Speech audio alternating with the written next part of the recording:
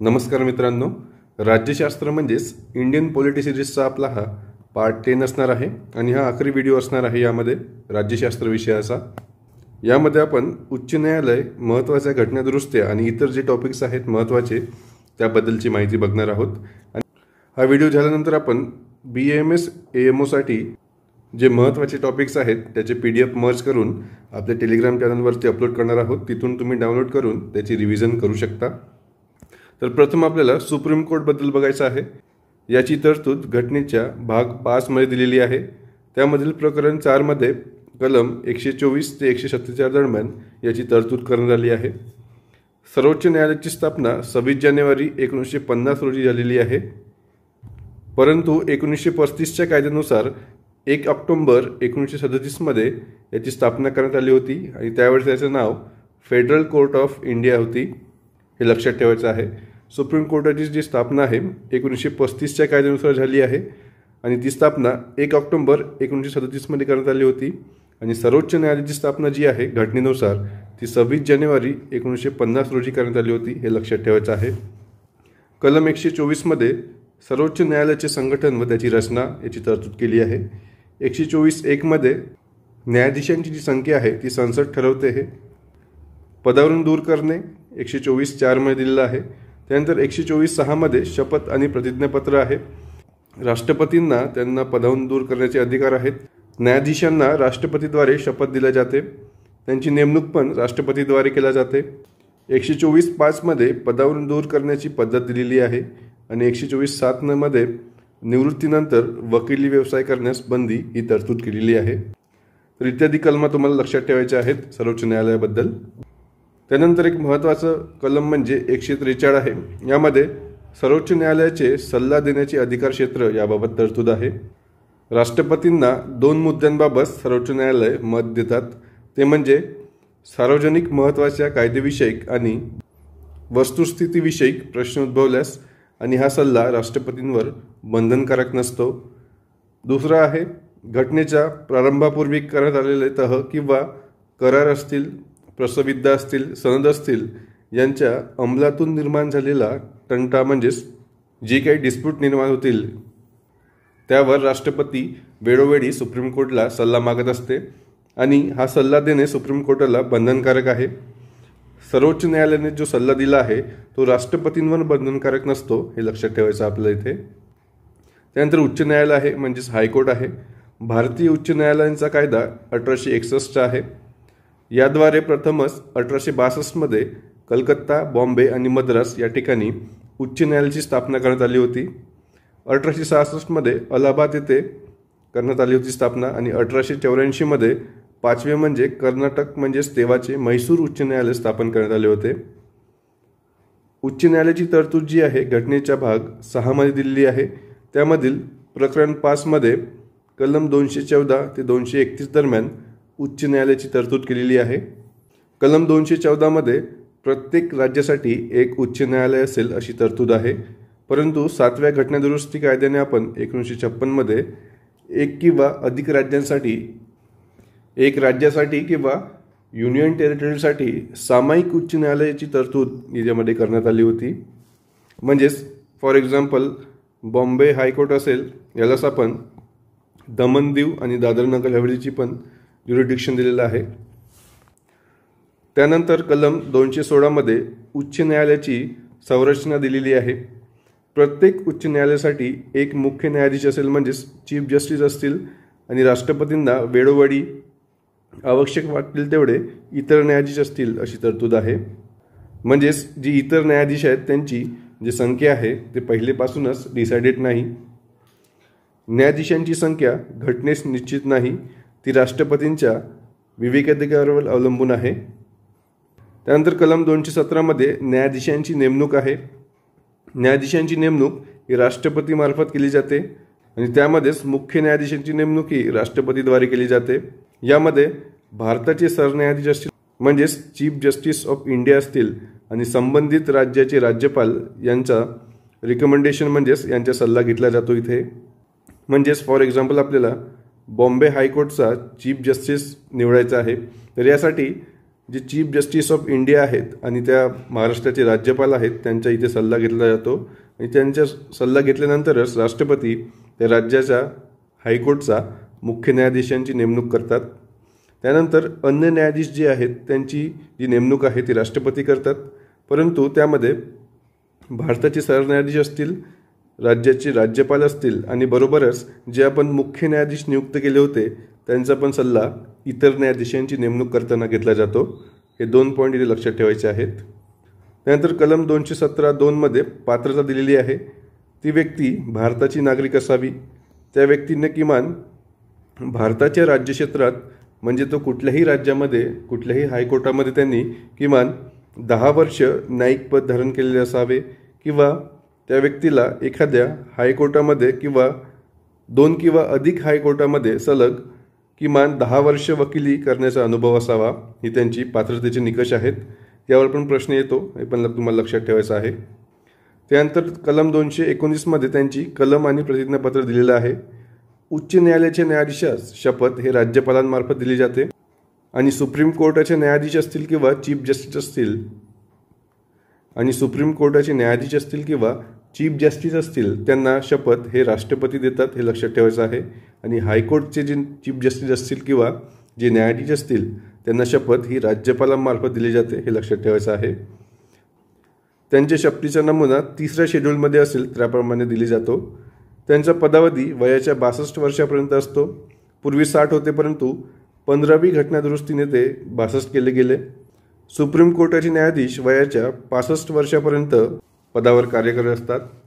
हायकोर्टाचे chief justice असतील किंवा न्यायाधीश असतील ते आपला राजीनामा राष्ट्रपतींना संबोधून देतात आणि पदावरून दूर करण्याचे जे अधिकार आहेत ते राष्ट्रपतींना आहेत, परंतु त्यासाठी संसदेची शिफारस त्यासाठी गरजेची असते. त्यानंतर कलम 226 मध्ये प्राधिलेख आदेशाचे अधिकार क्षेत्र म्हणजेच व्रीट काढण्याचा जो अधिकार आहे, आपण फंडामेंटल राईट्समध्ये बघितलं होतं की आर्टिकल 32 मध्ये सुप्रीम कोर्टला अधिकार आहे व्रीट्स जारी करण्याचे. त्याचप्रमाणे कलम 226 मध्ये हायकोर्टांना व्रीट्स जारी करण्याचे अधिकार आहेत. यामध्ये सर्वोच्च न्यायालयाच्या अधिकारापेक्षा यांचा अधिकार अधिक व्यापक आहे, कारण इतर कोणत्याही उद्देशासाठी हायकोर्ट हे व्रीट काढू शकते. हे महत्त्वाचा पॉईंट आहे, हा लक्षात ठेवायचा आहे इथे. त्यानंतर आज म्हणजे इंडियामध्ये एकूण 25 हायकोर्ट आहेत. लेटेस्ट 25वे हायकोर्ट म्हणजे आंध्र प्रदेश राज्यासाठी एक नवीन हायकोर्ट निर्माण करण्यात आलेले आहेत. त्याचं कामकाज 1 जानेवारी 2019 पासून सुरू करण्यात आले होते. याद्वारे हैदराबाद हायकोर्टचे नाव बदलून तेलंगणा उच्च न्यायालय असे करण्यात आले होते, कारण याआधी आंध्र प्रदेश आणि तेलंगणा हे एकच राज्य होते. परंतु 2014 मध्ये आपण आंध्र प्रदेशपासून तेलंगणा हा दुसरं राज्य निर्माण केलं आहे. त्यामुळे आंध्र प्रदेशसाठी एक स्वतंत्र हायकोर्ट असावं अशी मागणी भरपूर दिवसापासून होती. त्यानंतर हे हायकोर्टचे नाव आहेत, यांची ज्युरिडिक्शन तुम्हाला लक्षात ठेवायचे आहेत. फॉर एक्झाम्पल इथे 1 किंवा अधिक राज्यासाठी किंवा युनियन टेरिटरीसाठी त्यांचे ज्युरिडिक्शन आहे. आपण इथे बघू शकतो की for example Punjab and Haryana high court आहे. याचं ज्युरिडिक्शन चंदीगड युनियन टेरिटरी आहे, हरियाणा राज्य आहे आणि पंजाब राज्य आहे. अशा प्रकारे इतर पण इथे जे हायकोर्ट आहेत त्यांचं पण ज्युरिडिक्शन 1 किंवा अधिक राज्य किंवा युटीसाठी ठरवलेलं आहे. त्यानंतर महाराष्ट्राचं हायकोर्ट म्हणजे बॉम्बे हायकोर्ट आहे. याची स्थापना 14 ऑगस्ट 1862 मध्ये झाली आणि पहिले मुख्य न्यायाधीश म्हणजे chief justice Matthew Richards Ross हे होते. बॉम्बे हायकोर्टची खंडपीठे छत्रपती संभाजीनगर असेल, नागपूर असेल आणि पणजी असेल या 3 ठिकाणी आहेत. सध्याचे एकूण न्यायाधीश 75 आहेत, 74 न्यायाधीश आहेत आणि 1 चीफ जस्टिस आहेत. यांचे अधिकार क्षेत्र महाराष्ट्र, गोवा, दादर नगर हवेली आणि दमन दीव या राज्य आणि युटींना लागू आहेत. भारत स्वातंत्र्य झाला म्हणजेच 1947च्या वेळेस बॉम्बे हायकोर्टाचे मुख्य न्यायाधीश मोहम्मद अली छागला हे होते. पहिले महिला मुख्य न्यायाधीश सुजाता मनोहर 1994 मध्ये होत्या. बॉम्बे उच्च न्यायालयाची इमारत आहे 2018 मध्ये तिला युनेस्को वर्ल्ड हेरिटेज साईटचा दर्जा मिळाला आहे. आणि सध्याचे चीफ जस्टिस देवेंद्र कुमार उपाध्याय आहेत, हे लक्षात ठेवायचं आपल्याला. त्यानंतर काही घटनात्मक आयोग आहेत, त्यांची कलमे तुम्हाला माहीत असायला पाहिजे. कलम 76 मध्ये महान्यायवादी म्हणजेच अटॉर्नी जनरल ऑफ इंडियाची तरतूद केली आहे आणि कलम 165 मध्ये महाधिवक्ता म्हणजेच ॲडव्होकेट जनरल ऑफ स्टेट असेल तरतूद केलेली आहे. कलम 148 मध्ये कंट्रोलर अँड ऑडिटर जनरलची तरतूद केलेली आहे, म्हणजेच कॅगची तरतूद आहे. कलम 243I मध्ये राज्य वित्त आयोगाची तरतूद आहे आणि कलम 280 मध्ये केंद्रीय वित्त आयोगाची तरतूद आहे. कलम 243K मध्ये राज्य निवडणूक आयोगाची तरतूद आहे आणि कलम 324 मध्ये इलेक्शन कमिशन ऑफ इंडियाची तरतूद केलेली आहे. कलम 243ZD मध्ये जिल्हा नियोजन समितीची तरतूद आहे. कलम 243ZE मध्ये महानगर नियोजन समितीची तरतूद आहे. कलम 263 मध्ये आंतरराज्यीय परिषद आहे, तिची तरतूद आहे. कलम 307 मध्ये आंतरराज्यीय व्यापार व वाणिज्य आयोग याची तरतूद आहे. कलम 315 मध्ये UPSCची तरतूद आहे आणि महाराष्ट्रामध्ये जे MPSC आहे त्याची पण तरतूद कलम 315 नुसार केलेली आहे. कलम 338 मध्ये अनुसूचित जाती आयोग म्हणजे SC साठींचा जो कमिशन आहे त्यांची तरतूद आहे. कलम 338A मध्ये ST आयोगाची तरतूद आहे. कलम 340 मध्ये OBC आयोगाची तरतूद आहे. कलम 344 मध्ये अधिकृत भाषा आयोग व भाषा समितीची तरतूद आहे आणि कलम 350B मध्ये भाषिक अल्पसंख्याकांसाठी विशेष अधिकारी असेल म्हणजे स्पेशल ऑफिसर असेल अशी तरतूद केलेली आहे. तर हे घटनात्मक आयोग तुम्हाला यांच्या कलमा लक्षात ठेवायच्या आहेत. त्यानंतर काही महत्त्वाच्या घटनादुरुस्त्या आहेत. पहिली घटनादुरुस्ती 1951 मध्ये झाली आहे. याने घटनेमध्ये 90 परिशिष्ट जोडले आहे. याद्वारे मूलभूत हक्कांवर बंधने आणि जमीन सुधारणा कायदे इत्यादी तरतुदी केलेल्या आहेत.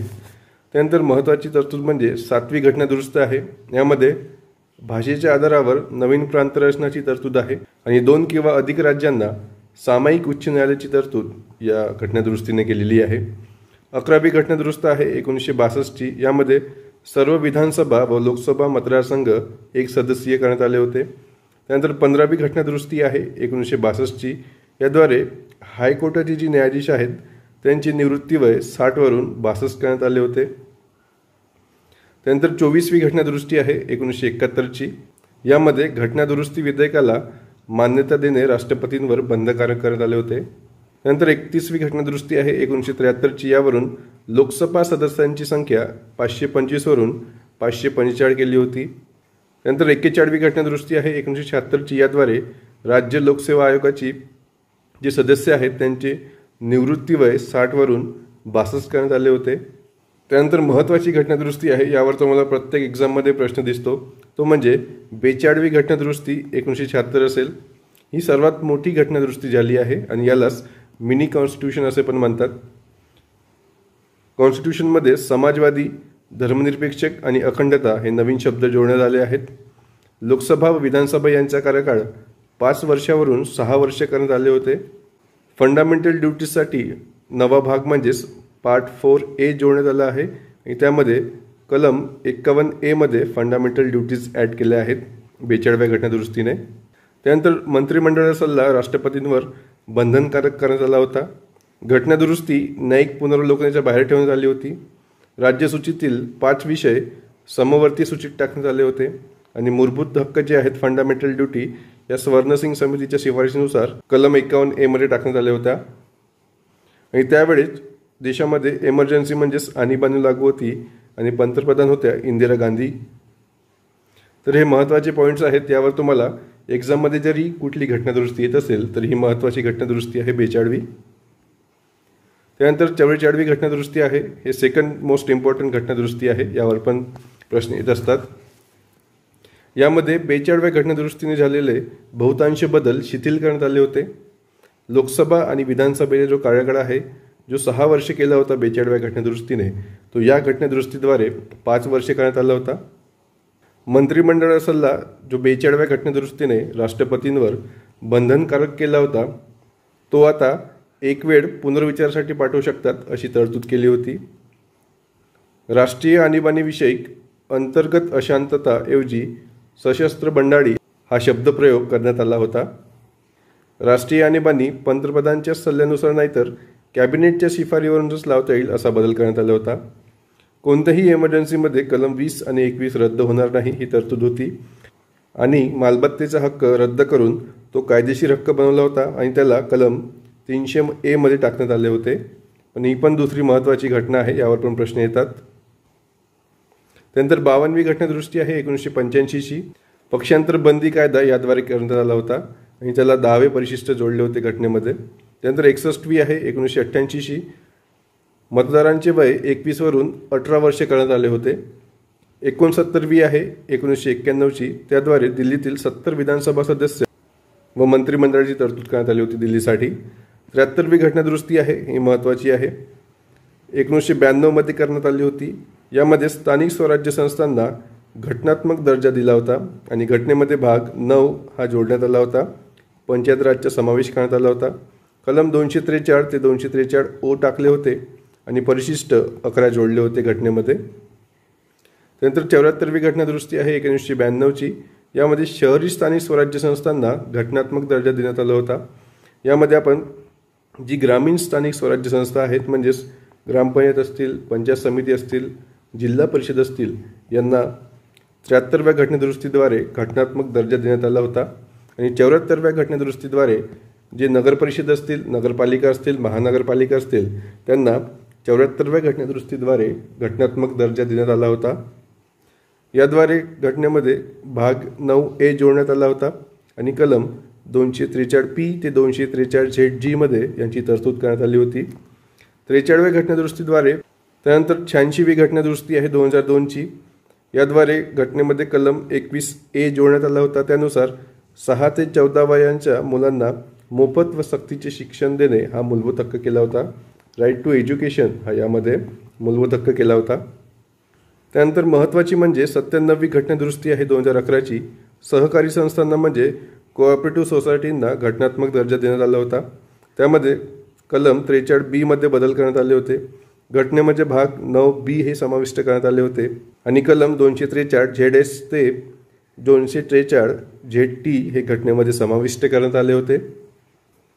त्यानंतर महत्त्वाची म्हणजे 100वी आहे. याद्वारे आपण भारताने बांगलादेशचा भूभाग अधिग्रहण करणे आणि बांगलादेशला काही प्रदेश हस्तांतरित केला होता. त्यानंतर 101वी घटनादुरुस्ती आहे. यामध्ये आपण GST लागू केलं होतं. 102वी जी घटनादुरुस्ती आहे, याद्वारे आपण OBC जी कमिशन आहे त्याला आपण घटनात्मक दर्जा दिला होता आणि त्याचा समावेश 338B मध्ये करण्यात आला होता. 103वी घटनादुरुस्ती आहे. त्यामध्ये EWSचं जे आरक्षण आहे त्यामध्ये आपण 10% EWSना आरक्षण दिलं होतं. 104वी घटनादुरुस्तीमध्ये लोकसभा आणि राज्यसभांना SCचं जे आहे SC/STचं जे आरक्षण आहे ते 20 वर्षासाठी वाढवलं होतं. तर या महत्त्वाच्या घटनादुरुस्त्या आहेत, आपण तुम्हाला लक्षात ठेवायचं आहेत. तर इथे आपलं जे राज्यशास्त्र विषय आहे AMOसाठी त्याचा जो सिलेबस आहे, जो बेसिक सिलेबस आपल्याला महत्त्वाचा आहे, तो इथे संपतो आहे. तर याचे शॉर्ट नोट्स जे आहे ते तुम्हाला टेलिग्रामच्या चॅनलवरती भेटणार आहेत. 1-2 दिवसामध्ये आपण त्याला मर्ज करून सर्व PDF तुम्हाला शॉर्ट नोट्सच्या स्वरूपामध्ये त्याला रिव्हिजनसाठी टाकणार आहोत. तिथून तुम्ही डाउनलोड करू शकता. त्यासाठी तुम्हाला फ्रेंडसीड MPSCचं टेलिग्राम चॅनल जॉईन करायचं आहे. याची लिंक जी आहे मी डिस्क्रिप्शनमध्ये दिलेली आहे.